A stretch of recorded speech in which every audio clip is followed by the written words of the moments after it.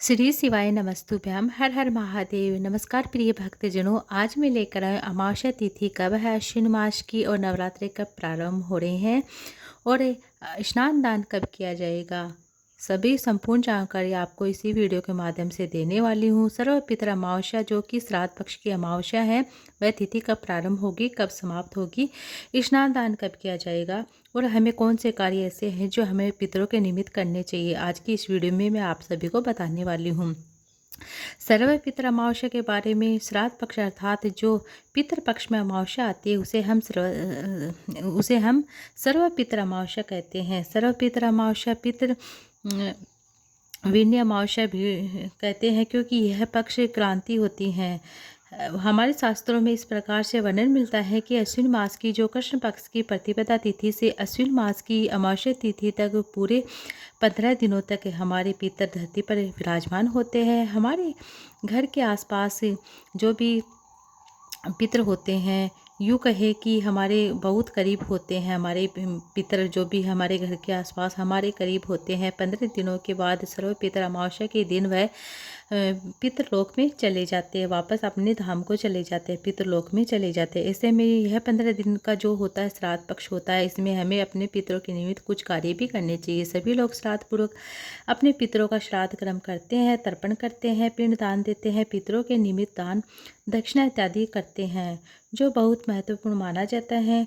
और हमारे पितरों के निमित्त हम जो भी कार्य करते हैं वह पितरों को प्राप्त होता है। पितर शांत रहते हैं और पितर हमें आशीर्वाद देते हैं। जो लोग इन 15 दिनों में अपने पितरों के निमित्त दान तर्पण इत्यादि नहीं कर पाते हैं, वे किसी कारणवश यदि नहीं भी कर पाते हैं अपनी पुण्य अपने पितरों के निमित्त उनकी पुण्यतिथि पर वे सर्वपितर अमावस्या के दिन कर लेते हैं, तभी उनके पितर तृप्त हो जाते हैं। सर्वपितर अमावस्या के दिन भूले बिसरे जितने भी पितर होते हैं, उनकी मृत्यु की तिथि हम नहीं जानते हैं, या फिर जिनके विषय में हम जानते भी हैं, तो अगर हम किसी कारणवश नहीं कर पाते हैं, तो अगर हम सर्वपितर अमावस्या पर अपने पितरों के निमित्त तर्पण कर लेते हैं, तो वह श्राद्ध पक्ष को अपने पितरों को प्राप्त हो जाती है। श्राद्ध कर्म किया जाता है, ब्राह्मणों को दान दिया जाता है, दक्षिणा दी जाती है, उन्हें संतुष्ट किया जाता है। इसलिए इस अमावस्या को सर्वपितर अमावस्या कहते हैं। सर्वपितर मोक्ष अमावस्या भी कहते हैं, ताकि पितर विसर्जन अमावस्या महात्म्य समाप्त अमावस्या है। ये महात्म्य सर्वपितर अमावस्या विसर्जन अमावस्या भी कहा जाता है, जो आज की इस वीडियो में मैं आप सभी को शेयर करने वाली हूँ। सर्वपितर अमावस्या पर आपको क्या करना चाहिए, क्या नहीं करना चाहिए, साल 2024 में सर्वपितर अमावस्या कब मनाई जाएगी, किस दिन पितरों की मुक्ति मोक्ष की दायिनी के लिए हमें कार्य करना चाहिए, पितर प्रसन्न रहे और वर्ष भर हमारे परिवार पर उनकी कृपा बनी रहे, किस तरह से हमें विशेष कार्य करना है, संपूर्ण जानकारी मैं आपको इसी वीडियो के माध्यम से शेयर करने वाली हूँ। वीडियो को आप अंत तक जरूर से देखिएगा। वीडियो बहुत ही महत्वपूर्ण होने वाली है, पूरा जरूर देखिएगा, ताकि आपके द्वारा कोई भी महत्वपूर्ण जानकारी ना छूटे। क्योंकि आपकी और वीडियो अच्छी लगी तो वीडियो को लाइक कीजिएगा, ताकि आपके द्वारा जो भी कमेंट्स में जो भी आप लिखते हैं, श्री शिवाय नमस्तुभ्यं, नमः शिवाय, ओम नमः शिवाय, या अपने पितरों के निमित्त आप जैसे पितरों के निमित्त कुछ भी लिखते हैं, तो मुझे पता चलता है कि आपको ये वीडियो अच्छा लगा। तो वीडियो अच्छा लगा तो वीडियो को लाइक ज़्यादा से ज़्यादा शेयर कीजिएगा, ताकि अन्य भक्तों तक भी ये वीडियो पहुँच सके। सबसे पहले जान लेते हैं कि अमावस्या तिथि कब प्रारंभ हो रही है, कब समाप्त हो रही है, सर्वपितर अमावस्या कब मनाई जाएगी। देखिए, अमावस्या तिथि प्रारंभ हो रही है 1 अक्टूबर 2024 रात्रि में 9:39 पर है, यानी मंगलवार के दिन यह प्रारंभ हो रही है। समाप्त हो रही है 3 अक्टूबर को रात्रि में 2 अक्टूबर को रात्रि में 12:19 पर। यूँ समझ लीजिए कि 2 अक्टूबर को देर रात्रि 12:19 पर यह अमावस्या तिथि समाप्त हो जाएगी। ऐसे में 2 अक्टूबर 2024 को सूर्योदयकालीन अमावस्या तिथि हमें प्राप्त हो रही है। सर्वपितर अमावस्या हमें प्राप्त हो रही है 2 अक्टूबर 2024 बुधवार को मनाई जाएगी। इस दिन सूर्योदयकालीन का समय आपको प्रातःकाल सुबह 6:10 पर और सूर्यास्त का समय शाम को 6 बजे राहु काल का समय रहेगा। इस दिन दोपहर 12:10 से लेकर 1 बजे तक राहु काल में कोई भी शुभ कार्य नहीं किए जाते हैं। इस बात का आपको विशेष तौर पर ध्यान रखना है। अच्छा, ये बात हो गई।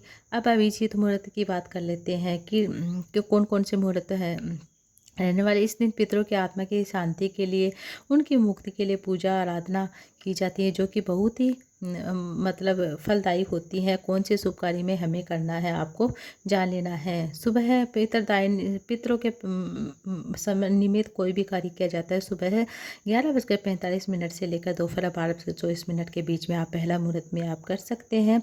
अपने पितरों के निमित्त कोई भी कार्य कर सकते हैं। लेकिन अगर आप इस समय पूजा अर्चना नहीं कर पाते हैं, तो अपने पितरों के निमित्त कोई भी ऐसा कार्य नहीं कर पाते हैं, तो दूसरा शुभ मुहूर्त आपको प्राप्त हो रहा है रोहिणी नक्षत्र में। आपको दोपहर 12:44 से लेकर दोपहर 1:34 तक आप इसके बीच में आप अपने पितरों के निमित्त कर सकते हैं। 1 घंटे का कुल समय मिलेगा। इस समय आप अपने पितरों की आत्मा की शांति के लिए, पितरों की तृप्ति के लिए आप कोई भी अपने पितरों के निमित्त कार्य तर्पण कर सकते हैं। पितरों के निमित्त पितरों की आत्मा की शांति के लिए जो तर्पण करना वह शुभ समय आपको मैंने बता दिया है। 2 अक्टूबर दोपहर को 1:02 से लेकर 3:43 पर भी आप अपने पितरों की आत्मा की शांति के लिए पूजा अर्चना आराधना करवा सकते हैं।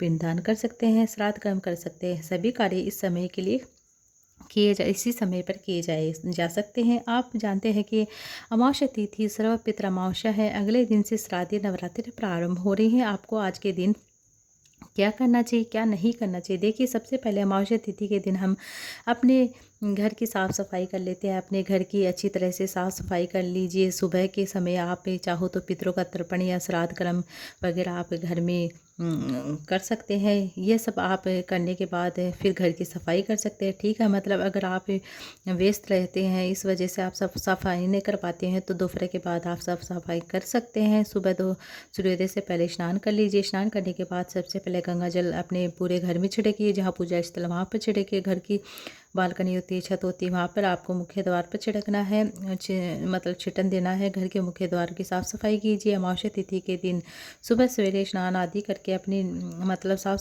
सुथरे कपड़े धारण कीजिए। पूरे घर की सफाई करनी है, लेकिन सुबह स्नान करने से पहले अपने घर के मुख्य द्वार की अच्छे से साफ़ सफाई कर लेनी है। झाड़ू पोछा लगा लेना है। उसके बाद जल के छींटे देकर आप फिर जल से मतलब पानी से अच्छी तरह से अपनी चौखट को साफ़ कीजिए, द्वार को साफ़ कीजिए। फिर स्नान करने के बाद अब आप गंगा जल का छींटन दीजिए मुख्य द्वार पर, और फिर अपने मुख्य द्वार पर आप दोनों तरफ एक एक कपूर की टिकिया आप जला सकते हैं। कपूर प्रज्वलित कर सकते हैं दोनों तरफ। से आपके पितरों को प्रसन्नता होगी। और इसके अलावा आपके अपने पितरों के नियमित दीपक लगा सकते हैं। आज के दिन बहुत ही महत्वपूर्ण होता है। आज सर्वपित्र अमावस्या है, तो ऐसे में नेगेटिविटी घर से की जो भी नेगेटिविटी वह दूर होती है, पॉजिटिविटी आती है घर के अंदर। अपने घर की सुरक्षा। और फिर एक चीज़ आपको विशेष तौर पर ध्यान रखना, घर में सुबह और शाम दोनों समय कोई भी मंत्र जाप कर सकते हैं, जैसे कि सुंदरकांड का पाठ सुन सकते हैं, लगा सकते हैं, टीवी के माध्यम से सुन सकते हैं। फिर हनुमान चालीसा का पाठ कर सकते हैं। फिर कोई भी मंत्र आप पढ़ सकते हैं।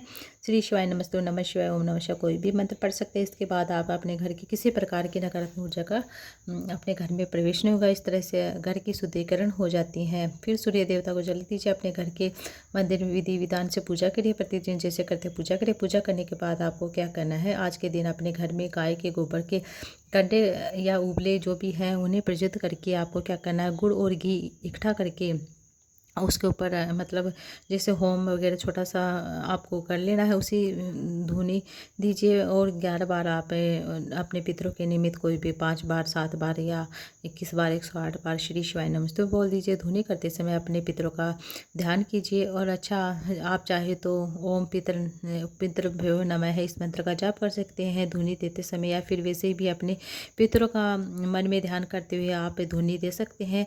जरूर नहीं कि मंत्र बोले, बस ध्यान कर लीजिए अपने पितरों का।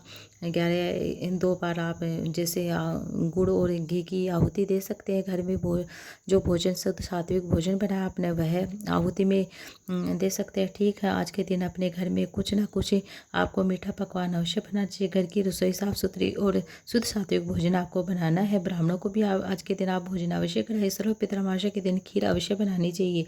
इसके अलावा आपके पितरों को जो भी प्रसन्न हो, अपने पितरों के प्रसन्नता के निमित्त आप भोजन बना सकते हैं, या कोई भी स्वादिष्ट भोजन जैसे कि पकोड़े पूड़ियाँ बना सकते हैं, खीर जलेबी बना सकते हैं। इस प्रकार भोजन बनाए, किसी भी ब्राह्मण को भोजन अपने घर में आमंत्रित करें। अगर कोई भी ब्राह्मण भोजन आप घर में बुलाते हो तो पितर प्रसन्न होते हैं, आशीर्वाद देते हैं। अगर आप घर में ब्राह्मण को नहीं बुला सकते आप, तो उनके निमित्त आप भोजन भिजवा भी सकते हैं। सर्वपितृ अमावस्या के दिन कोई भी भोजन बनाया है, सबसे पहले भगवान को भोग लगाए, फिर ब्राह्मण देवता को भोग लगाए।